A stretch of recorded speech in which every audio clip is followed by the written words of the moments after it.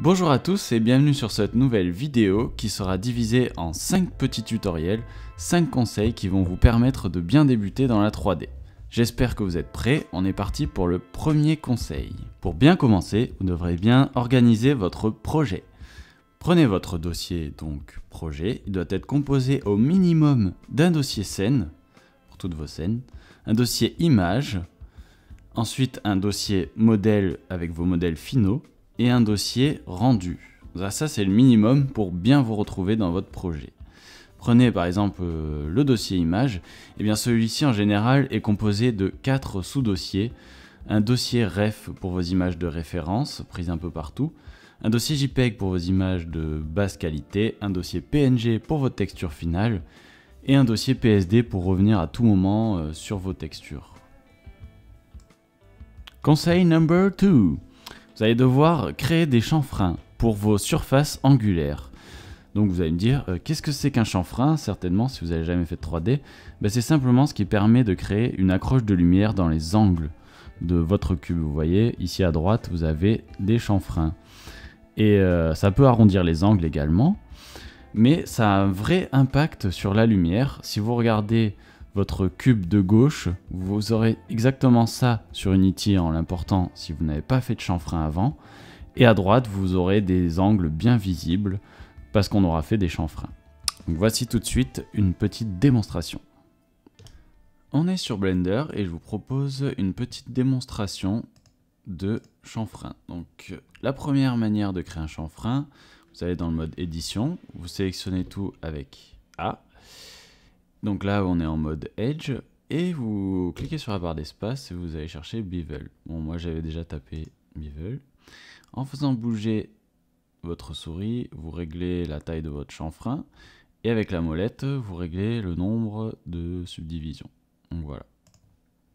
Ça, c'est une première manière de faire des chanfreins. Vous pouvez ensuite smoother, évidemment, et ça fera un joli cube, pas tout à fait anguleux. La deuxième manière, c'est celle que j'utilise en général. Vous allez dans le mode édition. Et là, on va créer des boucles d'edge. Donc vous faites CTRL R. Avec la molette, vous choisissez 2 boucles. Une fois qu'on les a, on clique droit. Et avec l'outil Scale, on ramène les edges très près des bords en fait. Voilà. Ça va vous permettre de faire des chanfreins assez propres sur pas forcément un cube. Il faut que en fait tous vos angles soient entourés de boucles d'edge. Voilà, donc là on voit bien que ça va toujours par 3, hein, vous voyez. 1, 2, 3, voilà. Et là en fait, grâce à ça, on retourne dans le mode objet et dans les tools, si je me mets en smooth, vous voyez que nos chanfreins apparaissent et on n'a pas eu besoin de subdiviser quoi que ce soit. Voilà, donc on gagne un petit peu de place. En fait, on économise des edges. Voilà, et vous pouvez aussi subdiviser ceci et ça marchera très bien. Conseil numéro 3 et pas des moindres, frisez vos modèles 3D avant l'exportation. Alors qu'est-ce que ça veut dire? Votre modèle doit être au centre du monde, donc toutes ces coordonnées doivent être à 0. Il ne doit pas avoir de rotation ni de location pour être vraiment exportable et importable comme il faut. Si vous ne faites pas ça, vous allez retrouver votre modèle un peu n'importe où dans votre scène et voilà, il va être n'importe où. Donc prenez l'exemple de cette porte, tous ces objets, les poignées et tout ont été frisés, et est au-dessus du sol et au centre du monde, donc c'est bien. Maintenant, si vous ne frisez pas vos objets, vous allez vous retrouver avec un résultat comme ça. Tout est n'importe où et il y a des rotations qui n'ont pas été enlevées, donc c'est pas bien, voilà. Maintenant, je vais vous montrer une petite démonstration sur Blender, comment mettre vos objets au centre du monde. Sur Blender, pour friser un objet, en fait, on va appliquer ces transformations. Donc regardez, je vais monter le cube pour qu'il soit au-dessus du niveau du sol. Quand j'importerai mon objet, peu importe ce que c'est, par exemple un personnage, votre personnage, vous voulez qu'il soit au-dessus du sol, vous ne voulez pas qu'il soit au milieu. Eh bien, on va procéder comme ça. Donc vous voyez que là, en le bougeant, il y a eu des coordonnées, donc il n'est plus à 0 en Z. Donc là, mon but, c'est d'appliquer les transformations. Donc vous faites CTRL A, Scale, location.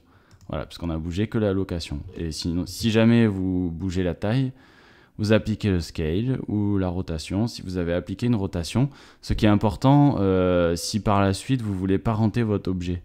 Vous voyez que maintenant, quand je fais un Scale, ça le scale bien à partir du centre. Voilà. Conseil numéro 4, vous devez optimiser vos textures. C'est très important. Une texture mal optimisée vous donnera soit un résultat très pixelisé, ou bien un résultat très flou selon les logiciels, et tout aussi glamour donc. Et dans aussi d'autres cas, vous perdrez énormément de temps en rendu à cause de textures trop lourdes. Donc ce qu'il faut savoir, c'est qu'une texture standard doit être au format carré, et de dimension en puissance de 2, donc que votre carte graphique aime bien, donc c'est 1024, 2048, etc. Vous devez en permanence vous demander quelle résolution choisir pour vos textures selon l'endroit où ils se situent dans l'image. C'est très important pour votre rendu. La dimension de votre film en Full HD sera de 1920 par 1080 pixels. Il faut alors se demander pourquoi utiliser une texture de 2048 par 2048 pixels qui sera plus grande que votre écran. Si vous prenez cette boîte de mouchoirs et que vous souhaitez l'intégrer dans votre film afin qu'elle prenne cet espace-là, eh bien vous pourrez tout à fait décider d'utiliser une texture de 512 par 512 pixels. C'est tout à fait possible et vous économiserez en temps de rendu. Ne vous inquiétez pas, j'ai moi-même dérogé à certaines règles. Pour cette texture d'espace, j'ai utilisé une très grande texture. Et pour la texture de la Terre, ici, j'ai utilisé une texture 4K. En fait, parce que l'objet est sphérique et que je voudrais me rapprocher très près de certains endroits de cette sphère. Et c'est pareil pour l'espace. Donc vous voyez, il y a toujours des contre-exemples.